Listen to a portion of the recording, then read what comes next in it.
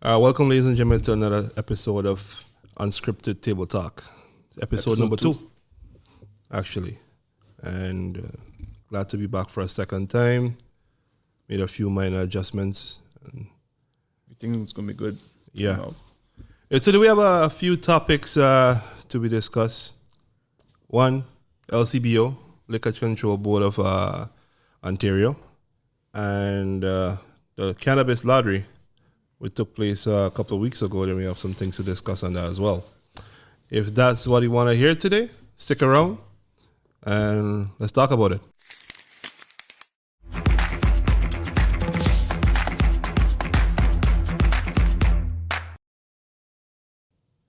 I think we should start first with the LCBO topic. LCBO, yeah. So in recent media, is by Toronto Sun and various outlets, there has been reports of a spike in alcohol-related thefts. Well, there's only people that sell alcohol.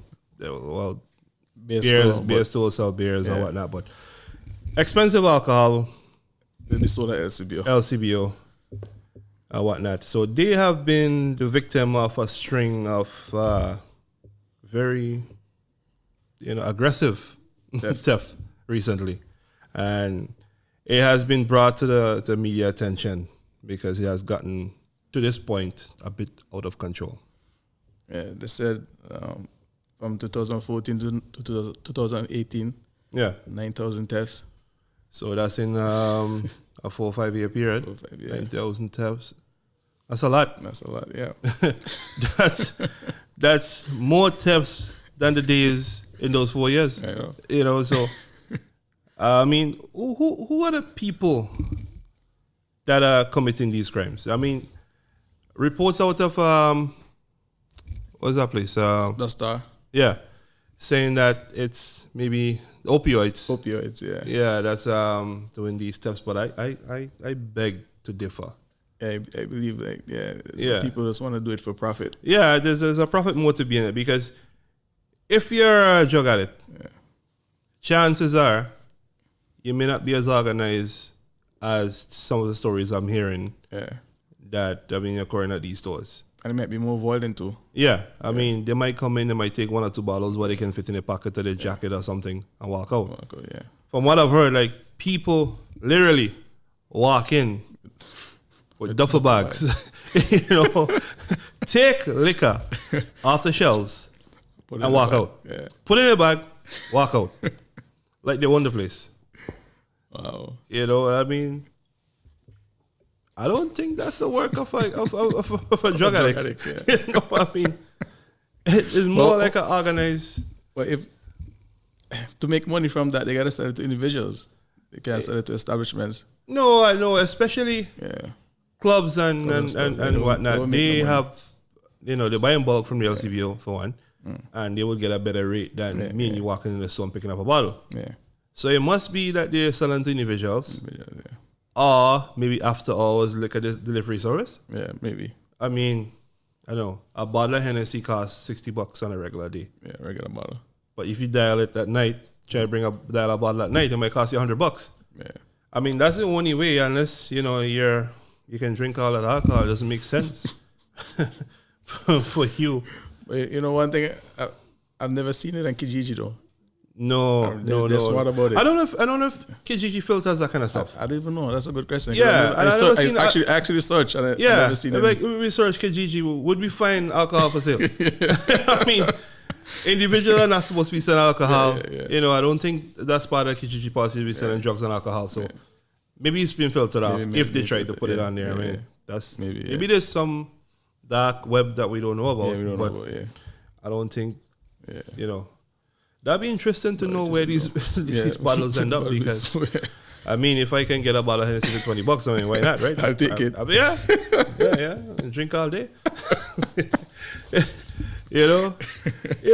And another interesting fact, from the article, we understand that the Toronto police, Jerome police in Ontario, only respond to calls of thefts under 5,000. over 5,000. Over 5,000, you know. And it has to be a criteria. Or the culprit still have to be on site. Yeah. Or there's a Like threat to public safety yeah. or something. So if you threaten somebody and they with a gun or something, then they respond. But what can I say the LCBO? Let's say you get they get robbed, stolen. I mean, I see it makes sense. You know, it makes no sense you take police off their regular important duties to come investigate 2 bottles of Hennessy. But then if you put a regular security there, they're just in much jeopardy as the employees, I think. True, but what can a regular security do though? Exactly. They're not allowed to put their hands on you because they could be charged for lawsuit. Yep. As wrong as the culprit is, he still have rights. You know?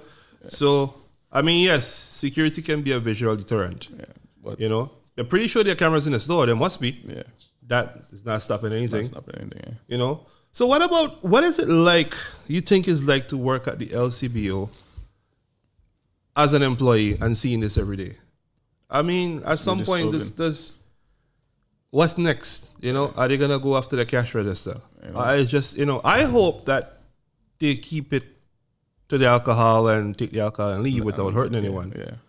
But then again, you might have your odd person in the bunch. Or upscale it. You know, that want to do something else. I mean, on a busy season, they might ask someone you got to register. You know, we see these videos online all the time with, you know, people getting robbed. I hope it doesn't come to that. But what can you do to stop these kind of things? They have to. The security has to be armed. That's the only way. Like guardsman or whatever. You know, G4S. G4S. Garda, if they're still in business, I'm not sure, but those guys armed? No, just the people who on the truck, the armor truck. Yeah, armor truck. They should be armed, I think so. Armed, yeah. But would you get armed security? Do we see armed security ever? But in business places?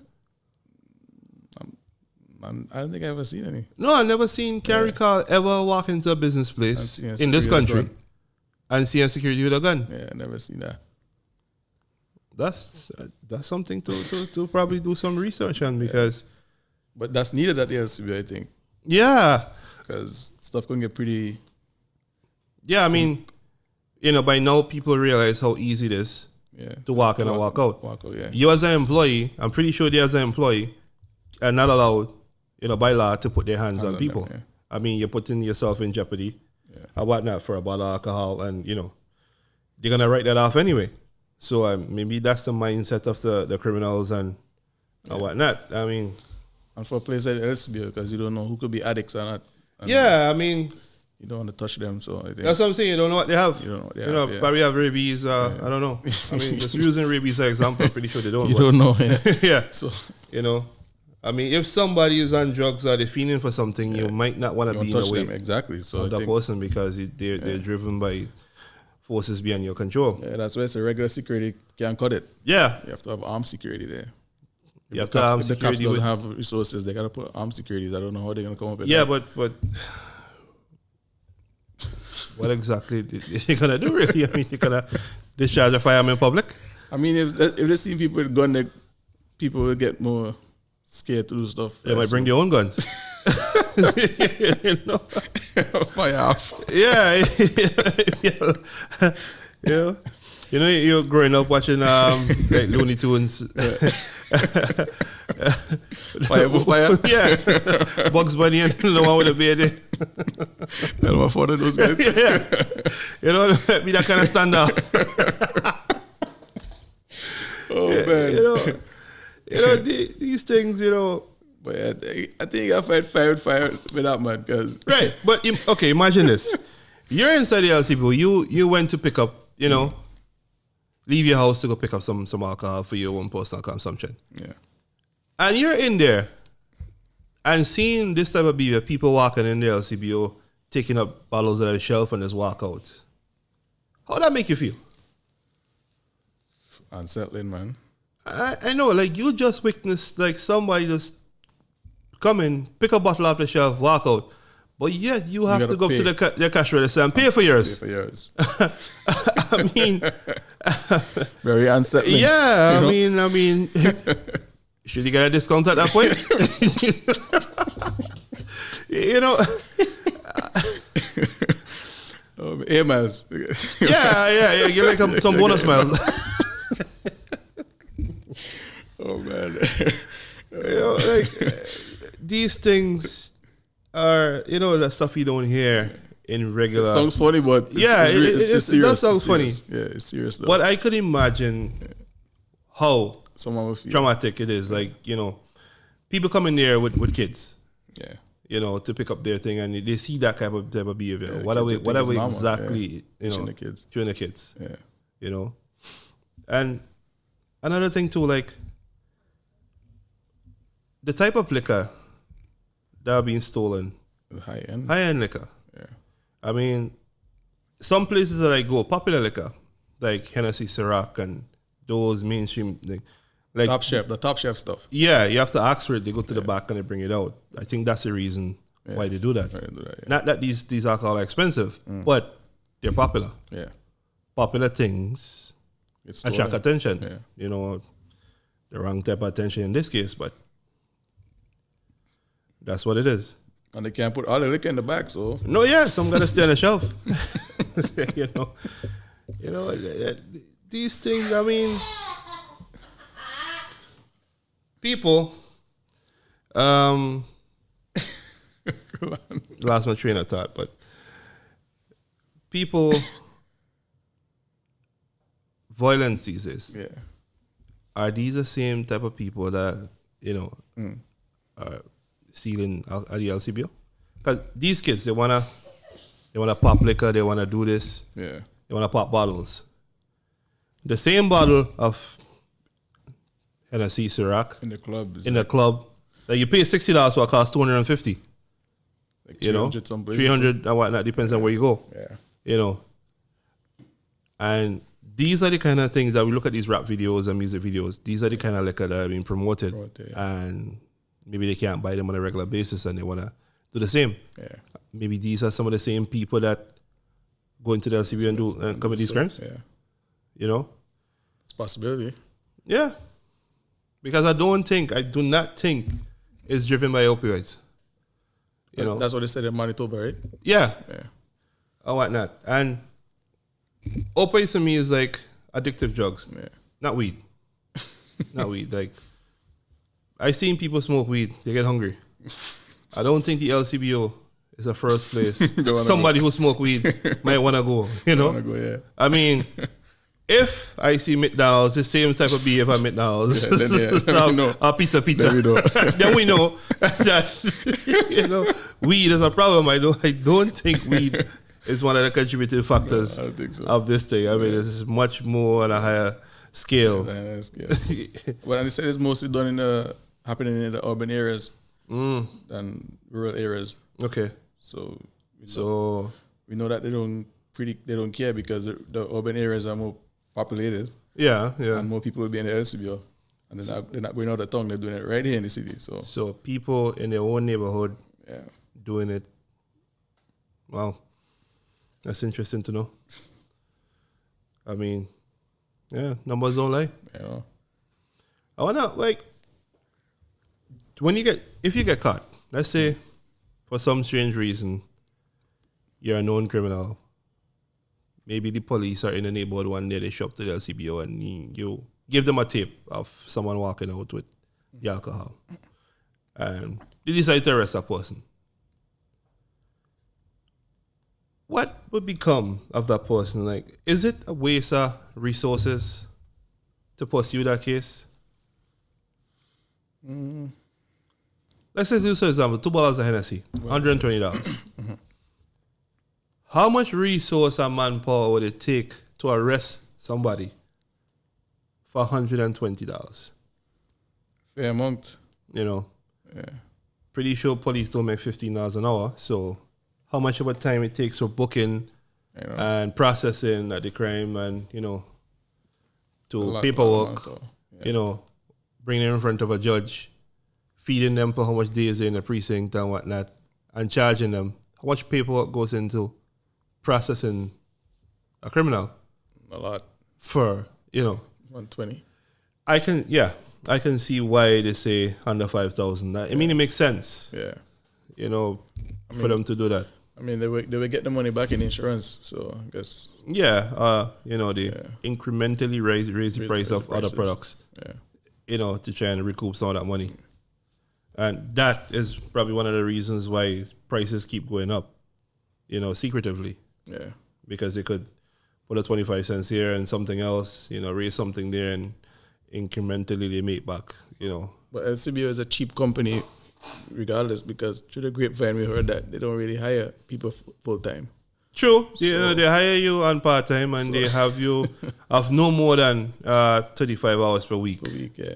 Just so they won't give you benefits and whatnot, which is a problem these days in the workforce. I mean, the other day, last year, the minimum wage went up. And employees lost hours because of that. Yep. And it's not lost like benefits too. Yeah, lost benefits. I mean, companies don't want to be responsible for you long term. Going forward. What does that do for people and their families? Like insurance, like health insurance and benefits, they're very important. You got to be healthy to come to work. Yep. Otherwise you can't work. But if the money that they're paying you is not enough to afford that, like what do they want you to do? Exactly. I mean, $15. What the minimum wage went up to 14? 14 something. I can't buy insurance, man. No, I can't buy insurance. Definitely can't buy independent insurance. Or at least something that could cover you properly. I mean, your deductible, if you buy insurance, no, you can't. You can't really live off that. No, you can't. $15 a week times 8. I mean, what kind of insurance you can get rid of? I know, like a dental? Basic dental, maybe? Basic dental, I mean. Yeah. I mean, your teeth got to be falling out before you can fix it. That kind of dental, I mean. Extraction? Yeah, extraction. Cover extraction. Where's the root canal? No root canal. No crowns, no caps, no braces. No Invisalign. Yeah. We cover filling replacement and extractions. For $200 somewhat. And you can't even get a massage, nothing, eh? No. I tell you, man. It's ridiculous. You can't get a legit massage. A legitimate massage, we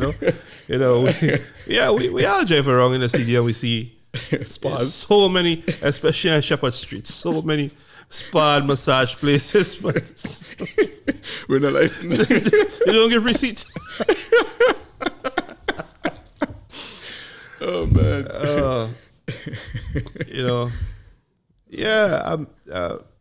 How much would you care as an employee when you can get away with it? You can they pay you that much for you to come to work, and I mean, a lot of people walk in and they walk out. You're like, okay, all right.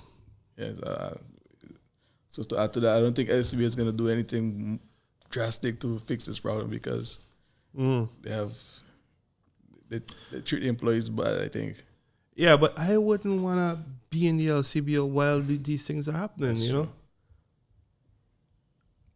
You never know what's going to happen. It's just a matter of time before you hear something bad happening, because the way how... Things escalate all the time. Yeah. Suppose somebody one of these is trying to play hero. Yeah. Money plus liquor. Yeah. It's going to be a problem. Then we're going to hear about it. But, I mean, those are some of the things that we have to deal with these days and whatnot. And also, the police did say that they don't have enough resources to respond to these things. Yeah. I don't blame them either. I really don't blame them either. Oh, man. So, how can this be solved? How can this be fixed?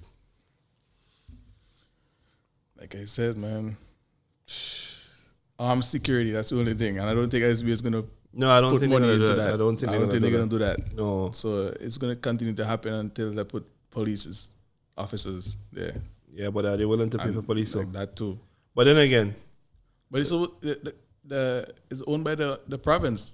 It's owned by the Both province. entities. The police are paid by the province. By the province, yes. And whatnot, based on their daily losses. So let's do the math. 9,000 in 4 years. So let me do some calculations here. So 9,000 thefts in 4 years. So 365 times 4, 1460. So 9,000 divided by 1460. On an average day, like they would lose $6.50 per bottle Over those 4 years. over those 4 years. Well, to them, if they probably did the same calculation you did. Probably Probably said, you know what? That's a small loss we can live with. Probably. Probably. But over that loss, I mean, the amount of mental scarring that took place. Employees. Yeah. The employees have to look at that every time. And so the managers too, they got to look at it too and can't do anything. You could imagine you're a manager of LCBO and you go to your regional meeting, your quarterly meeting to report those sort of numbers. The number look bad on you because you're the manager of the store and yet your store is Be targeted. Yeah, being targeted. You have the highest theft amongst, I guess they would do them by region. Let's say you're in this district. Your store lost the most money. Yeah. How does that look? What are they going to do? Close the store down? I mean, it looks bad on you. It's not your fault. It's not your fault, It's not you seeing anything people coming to your store. Yeah. You can't do anything about it. Yeah. So they close that store down. What's going to happen to you? Are they going to put you somewhere else? And the employees too. What's that's the thing that we look at. Yeah. How is it impacting employees when those sort of things happen at the store? But I mean, they just brush it off. They brush it off, yeah. But I don't think they care though. Yeah, I don't think they care that much. They care that much now that there was a spike. There's a spike, yeah. That they bring it out on the news. But it's been going on for how long? No one said anything about it. But all of a sudden, the criminals, they got more bold face. Yeah. So they feel now that it's out there in the public now, so they must address it. Yeah. So they just broadcast it briefly. I think the duffel bag scene is what caused this. Yeah.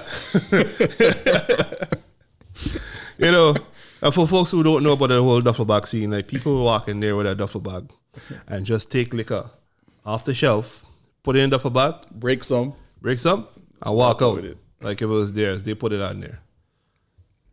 But that's what we have to deal with. Wow. Well, another thing that we're gonna briefly touch on here today is a couple of weeks ago. This is also another province thing. The cannabis lottery. Since last year, cannabis has been legalized. The government still owns cannabis. So the government owns drugs and alcohol. Yeah. That's basically what it is. In Ontario, the government owns drugs and alcohol. Yep. The same things that were criminalized by the same government, yep, they're now selling it. I mean, how hypocritical is that?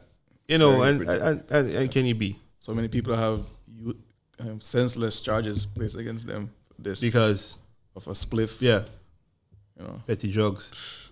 I mean, since police wasn't responding to crimes, theft under 5,000, I think that if you arrest somebody with a spliff, let them go. Yeah, let them go. I mean, the spliff don't cost 5,000. Yeah, exactly. I'm not a spliff buyer, but I'm pretty sure that it doesn't cost $5,000. It doesn't cost $5,000. Sure spliff. I mean, wow, that'd be a pretty nice spliff. I see your spliff, but some Wiz Khalifa, man. Yeah. Getting high, red and met. So recently they were giving out license to what's called a general public. They decide to put it in a lottery format. And there was certain criteria that you have to meet in order to get one of these licenses. It was open to the public. So 60,000 people applied. And if you were chosen, you have to pay $6,000 to the government, non-refundable.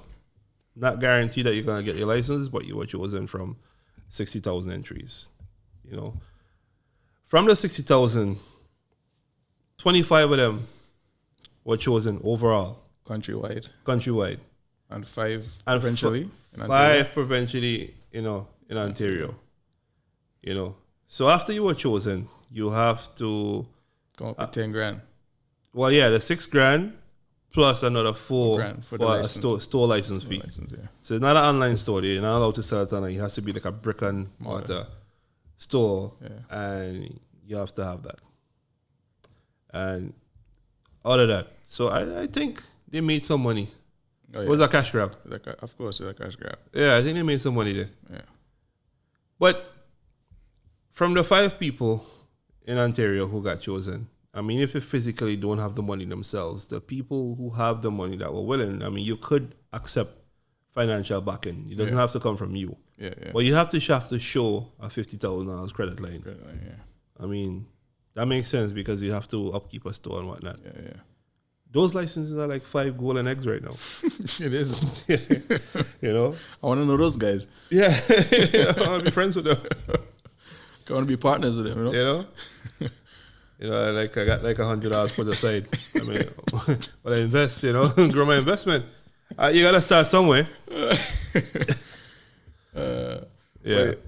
But I just said that the people who've been promoting cannabis back in the day are not reaping the benefits for cannabis now. No. You had like some serious cannabis advocates. Advocates, yes. When cannabis was so illegal, it was and everybody. Yeah, it was frowned upon to even talk about it, and people put their neck on the line on to talk about it. And now it's legal. No benefits. What's going to become of them? Yeah. Because they don't have the financial backings for it. No. All they were like cannabis enthusiasts. Yeah. That's what really what they are now. But it. Yeah, it's a pretty, messed up ton of events that happen. It is. And all the regular dispensaries that were open, well, now they're highly legal. Mm. They're even more illegal because when the one license was granted to a big company, and they were told to shut down, which is fair. If you grant a license, you shouldn't have illegal competition when you're paying for a license. But all these people who have dispensaries were told that they're going to be operational back up in April. But they weren't told they only get 5 licenses. So technically, you only have five other places than the big company to buy recreational cannabis. Yeah. So these guys that had their stores, they got to close them down. They got to close them down permanently. These stores are really nice, like very professional. Yeah. High security cameras, proper... Okay, so you're disclosing that you visited some of these establishments. Okay, all right. Of course. Okay.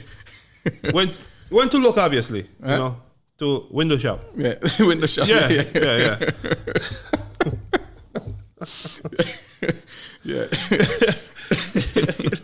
Yeah. While window shopping, you notice certain things, right? So the service is exquisite. Oh, okay. Right. So it's kind of unfortunate for these establishments to be closing now because they put so much effort in building a brand and a business. Yeah. And they gotta go under because the government is not gonna grant them license. Okay. So you think they're just gonna go away quietly? I don't think so. No, I don't think they're gonna go away quietly. They're gonna run the risk. True. I mean, it might be. Yeah. They probably know people in power too. True. Police officers, who knows? Yeah. I mean, my heads up when they're gonna raid. All right. So take 2. We're gonna continue. So we were saying these people, they're gonna go online. Yeah. And they're gonna market their products. They're not gonna just go on the ground. Go on the ground. They have a lot of investment. Yeah. Like I seen the setup of some of these stores and it's pretty professional. Like different grades. It's very, very nice. I don't know how they grade them. I don't know how they come up with these strands. I don't know that kind of stuff. I don't know who's who, what is what. Hybrids and whatnot, and blue, green, purple. I don't know. They have some weird names for these things, and I guess What was the one that the guy told us from the wedding show? oh yeah, Blue Dream. Blue Dream. Yeah, I remember that one. So apparently that's a good one. Yeah. But Yeah. like I remember the first time I had edible, it was quite an experience. It was. Very, very. I did not know. I mean, I thought I was eating chocolate, and it'd be like, oh, whatever, you know. You feel like, boy, And then it kicked in. wow, that was a rush. It's a lot more than I expected. Let's just say the least. Yeah, man. Oh man, that was funny. Yeah, that was a pretty funny day. Looking back at it now, that was a pretty funny day. Remember the drive home? Long. So I'm there, man. I'm holding on to the steering wheel. I'm doing, man. I'm concentrating real hard. I'm like, yeah, going like, turbo speed, and people are passing me. I'm like, Jesus Christ, man. How fast are they going? Like, I'm doing like, 1,000. Look at my speedometer. 70. Oh, It's good at Mr. Bean. Yeah. And I hate when people just, rushing past me. Oh man. Man. That was funny. That was a time. Funny night. But yeah, it is what it is.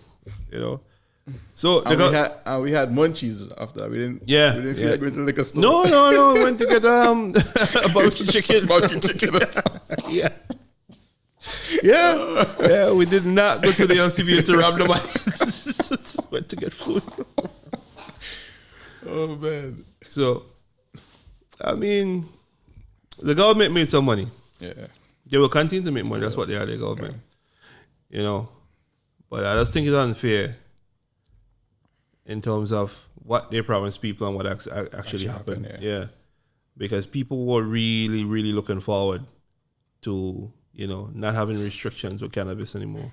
I mean, there'll be obvious, legal implications, impaired driving and whatnot. That's a whole other topic.